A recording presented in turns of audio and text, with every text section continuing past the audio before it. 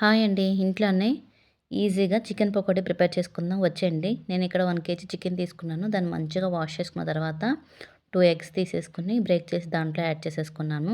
తర్వాత ఫ్రెష్‌గా దంచుకున్న అల్లం వెల్లుల్లి పేస్టు, ఒక ఫుల్ లెమన్ స్క్వీజ్ చేసి వేసుకున్నాను. టేస్ట్‌కి సరిపడా సాల్టు, కారము, గరం మసాలా కూడా వేసుకున్నాను.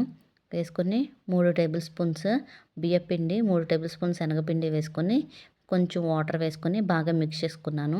తర్వాత డీప్ ఫ్రైకి సరిపడా ఆయిల్ వేసుకొని మీడియం ఫ్లేమ్లో పెట్టుకొని ఆయిల్ హీట్ అయిన తర్వాత ఒకదాని తర్వాత ఒకటి చికెన్ పీసెస్ వేసుకొని మీడియం ఫ్లేమ్లోనే 2 వైపులా ఎర్రగా వచ్చేంత వరకు ఫ్రై చేసుకోవాలి. మీకు నచ్చితే ఫుడ్ కలర్ కూడా వేసుకోవచ్చు. నేనైతే ఏమి వేయలేదు.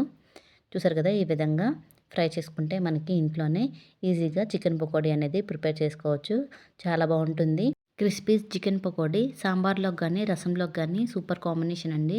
చాలా బాగుంటుంది సాంబార్లోకి. నచ్చితే please do subscribe, like, share and comment.